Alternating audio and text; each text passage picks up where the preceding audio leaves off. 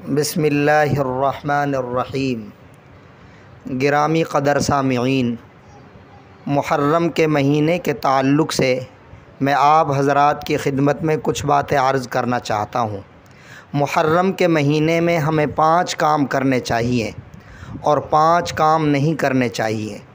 وہ 5 کام جو ہمیں کرنے چاہیے ان میں سے پہلا کام یہ ہے کہ ہم سب کو 10 محرم کا روزہ رکھنا چاہیے۔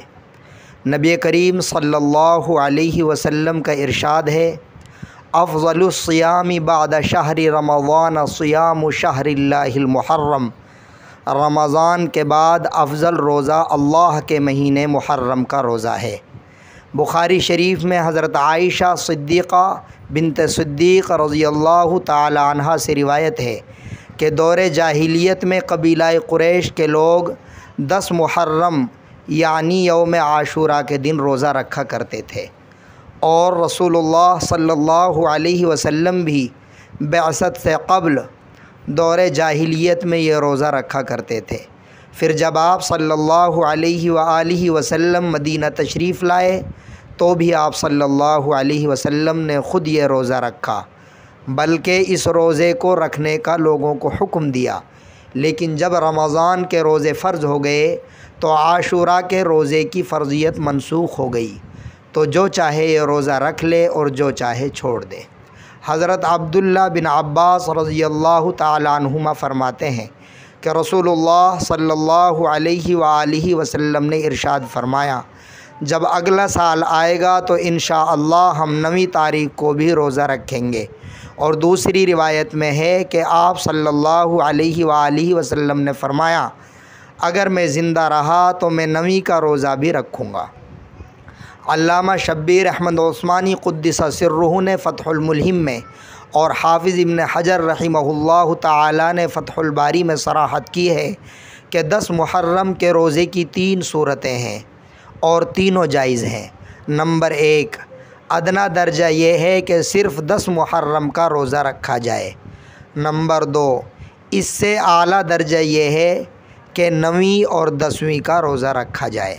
نمبر 3، اس سے بھی اعلیٰ درجہ یہ ہے کہ 9، 10، 11 کے 3 روزے رکھے جائیں، تاکہ ہر مہینے میں 3 روزے رکھنے کا ثواب بھی ہم سب کو نصیب ہو جائے۔ دوسرا کام جو ہمیں محرم کے مہینے میں کرنا ہے وہ یہ ہے کہ گھر والوں پر خرچ میں وسعت رکھنی ہے۔ نبی کریم صلی اللہ علیہ وآلہ وسلم کا پاک ارشاد ہے، من وسع علی عیالہ فی یوم عاشوراء وسع اللہ علیہ السنۃ کلھا۔ جو شخص عاشوراء کے دن اپنے گھر والوں پر خرچ میں وسعت کرے گا، اللہ تعالیٰ اس پر پورے سال وسعت کرے گا، یعنی اس کی روزی میں پورے سال برکت ہوگی۔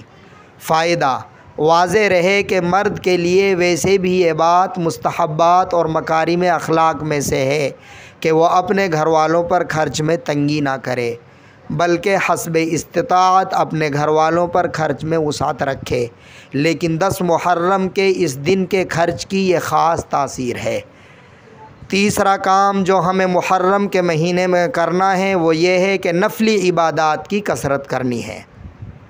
چوتھا کام ہمیں محرم کے مہینے میں گناہوں سے بچنے کی کوشش کرنی ہے۔ 5واں کام اتباع سنت کا عزم کرنا ہے۔ گرامی قدر سامعین، محرم کے مہینے کے وہ کام جو ہمیں نہیں کرنے ہیں وہ یہ ہیں۔ نمبر 1، ہمیں محرم کے مہینے کو نحوست اور غم کا مہینہ نہیں سمجھنا ہے۔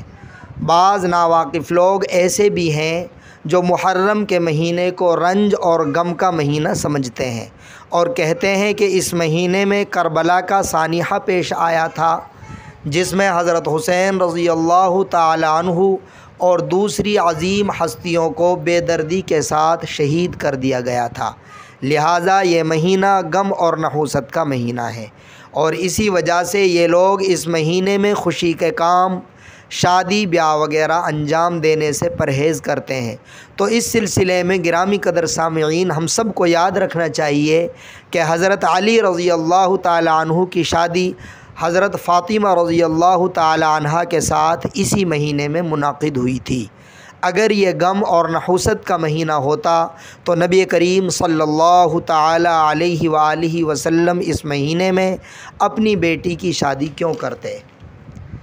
محرم کے مہینے میں ہمیں جو دوسرا کام نہیں کرنا ہے گرامی قدر سامعین وہ یہ ہے کہ اس مہینے میں ہمیں سوگ، تعزیہ، ماتم اور نوحہ وغیرہ نہیں کرنا ہے۔ کامل ابن اسیر تاریخ کی مشہور کتاب ہے، اس میں حضرت حسین رضی اللہ تعالیٰ عنہ کا قول نقل کیا گیا ہے کہ حضرت حسین رضی اللہ تعالیٰ عنہ نے اپنی شہادت سے 2-3 دن پہلے اپنی بہن حضرت زینب رضی اللہ تعالیٰ عنہ کو وصیت کی تھی کہ میری پیاری بہن، اگر میں شہید ہو جاؤں تو میرے لیے نہ گریبان چاک کرنا، نہ گال پیٹنا اور نہ اپنے کپڑے وغیرہ پھاڑنا۔ گرامی قدر سامعین، تیسرا کام جو ہمیں محرم کے مہینے میں نہیں کرنا ہے وہ یہ ہے کہ ہمیں اس مہینے میں کالا لباس نہیں پہننا ہے اور نہ ہی کالا جھنڈا وغیرہ لگانا ہے، اس لیے کہ اس مہینے میں شیعہ حضرات کالا لباس پہنتے ہیں، ان کی مشابہت کی وجہ سے کالا لباس نہیں پہننا ہے۔ نبی کریم صلی اللہ تعالی علیہ وآلہ وسلم کا پاک ارشاد ہے، من تشبہ بقوم فہو منہم، جو شخص جس قوم کی مشابہت اختیار کرے گا وہ انہی میں شمار ہوگا۔ چوتھا کام گرامی قدر سامعین جو ہمیں اس ماہ مبارک میں نہیں کرنا ہے وہ یہ ہے کہ ہمیں اس مہینے میں شربت وغیرہ کی سبیلیں نہیں لگانی ہے۔ محرم میں سبیل لگانا تشبہ بالروافض کی وجہ سے ناجائز ہے اور اس کا پانی پینا بھی ناجائز ہے۔ پانچواں کام جو ہمیں اس ماہ مبارک میں نہیں کرنا ہے وہ یہ ہے کہ دوسری من گھڑت رسموں کی ادائیگی نہیں کرنی ہے۔ اللہ تعالی توفیق عمل نصیب فرمائیں۔ السلام علیکم ورحمۃ اللہ تعالی وبرکاتہ۔